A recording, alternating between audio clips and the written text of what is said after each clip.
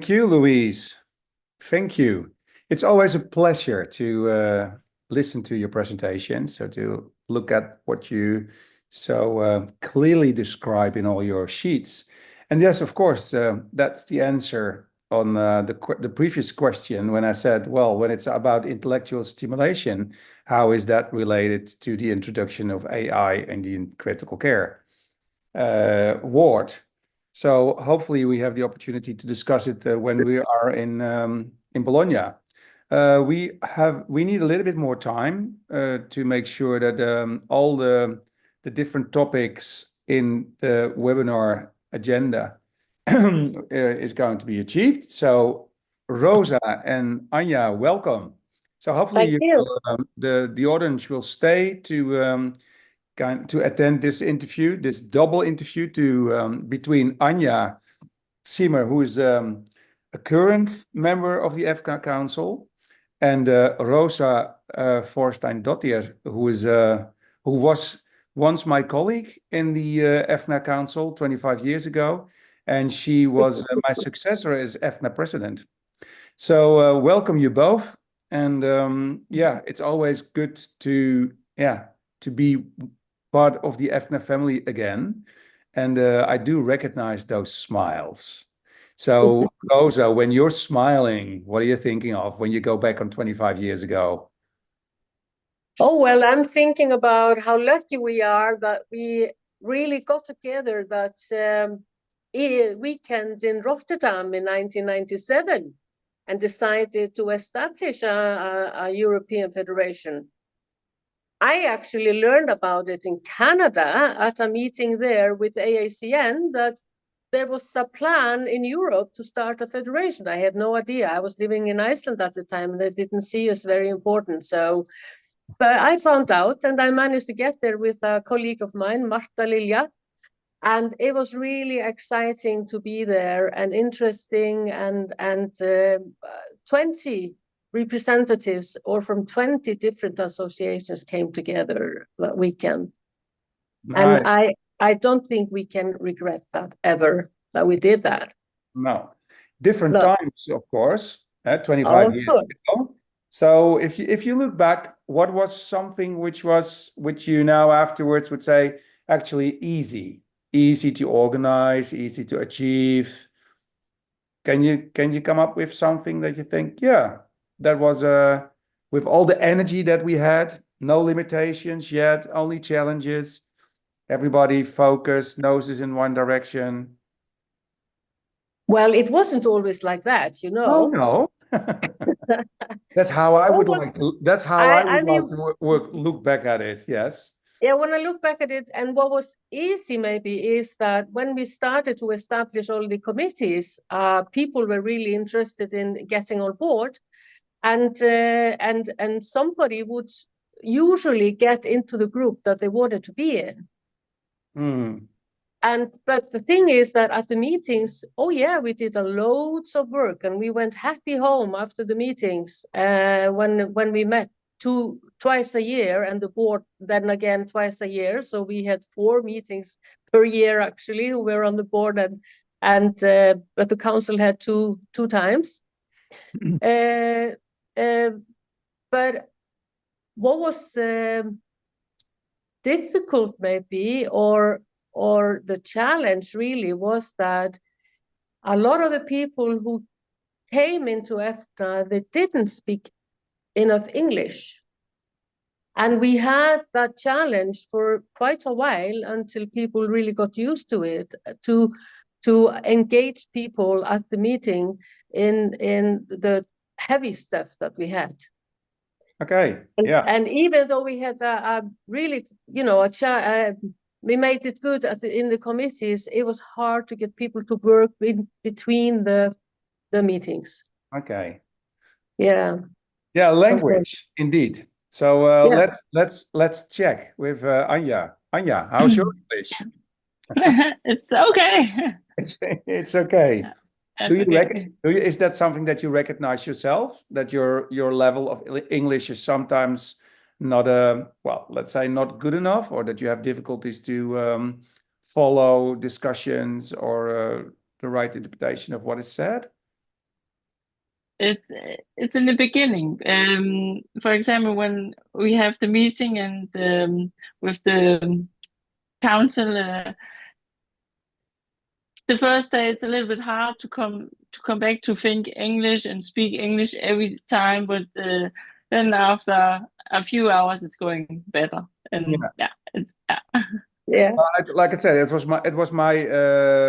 was my experience as well, because I attended in 1999 and my first council meeting in Copenhagen, Denmark.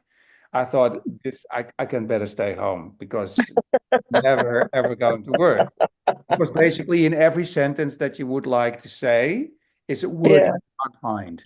Or Mm. you think, what is this? So, but I think 2 years or 3 years later, I was already in the board, and another 3 years later, I was chairing in sessions, 2 days of 9-hour sessions in full English.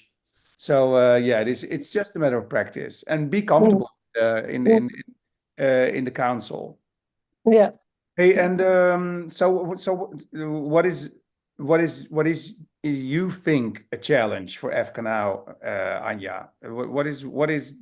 What is making the work difficult, or achieving? I think the future or the one of the job EFNA has in the future is to catch the young generation to be a part of this, because I see now when I'm on the ICU, the team and the new people that came in at the ICU, it's been younger and younger, and we have to motivate them to be a part of EFNA so we can be a big community to Mm. learn from each other. And yeah, so And how yeah. can EfCCNa achieve such a thing? So you see that as a very important thing to achieve in the future, to make sure that, let's say, the younger nurses, and what is young nowadays, but the younger nurses also are becoming a part of the EfCCNa family, for the critical care nurse society, basically.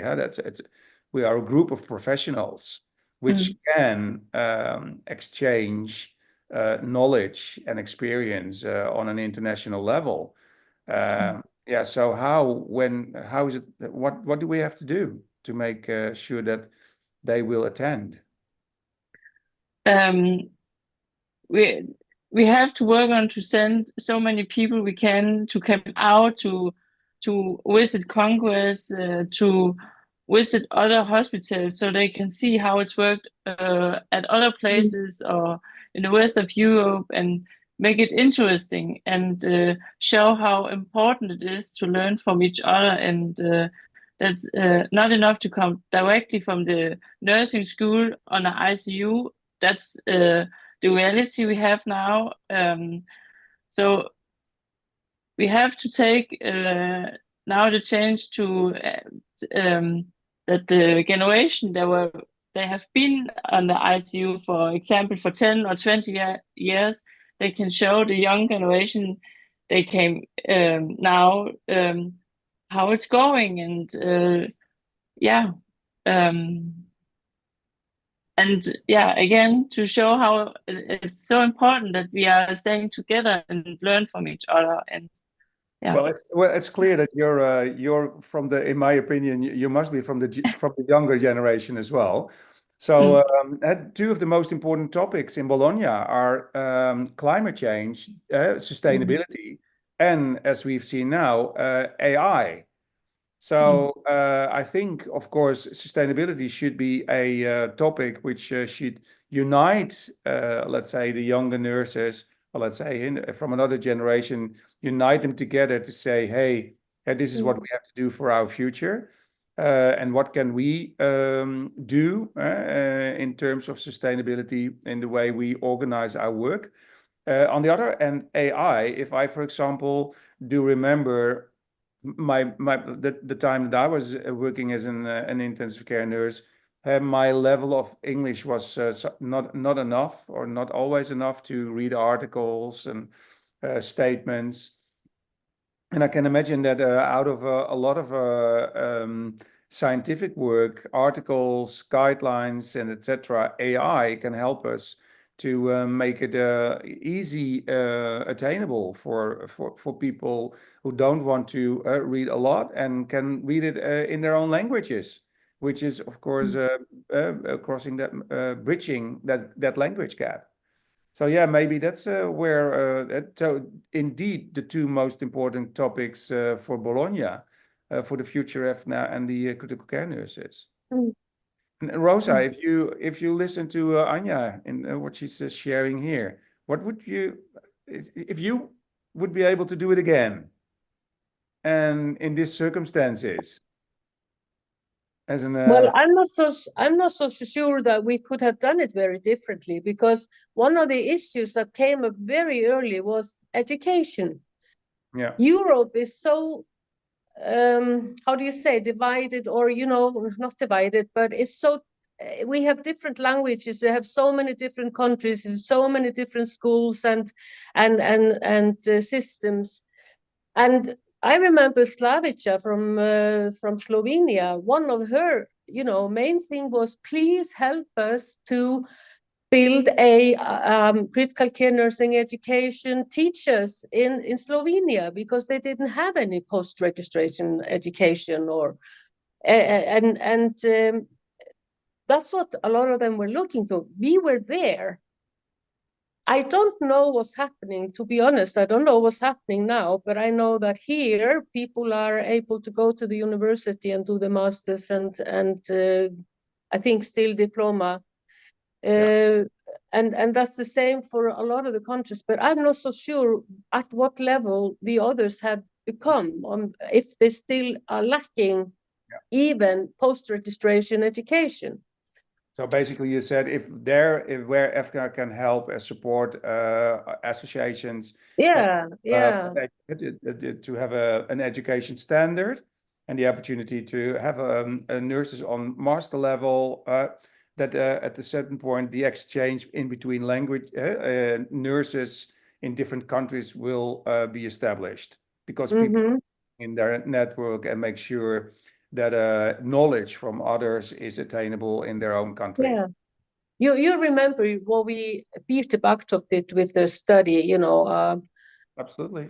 I know. going out with to, I can't remember what it was called, but to do the assessment of programs in all over Europe, in all the countries that were members at the time. Right. And that really gave us an idea. And what could we do? Well, we made this post-registration statement that came out in 2004, I think. Yeah. And they're still there on the website. And it's still there, but all of these things they need to be working on. Yeah. Indeed. Is that what you that's what you're doing, Anya? Working are you reviewing old statements and guidelines and see if they still fit in daily practice? Yeah. Okay. So for all the nurses everywhere in Europe, you can go to the EfCCNa website and find the most current, the current versions of guidelines and statements. Yeah. Well, let's keep on doing the right things. Are you presenting, Anya, on in the Bologna Congress, or are you support? I try to be there, of All right. course. Right. Well, the good thing about the Congress is also that everybody is working together, achieve a good Congress by chairing and do all kind of other jobs that needs to be done to make it a success. So maybe we can have the audience join us because there is some time for, let's say, 2 or 3 questions out of the audience if it's there. I don't know if Nick can just mingle us just on a big audience screen now.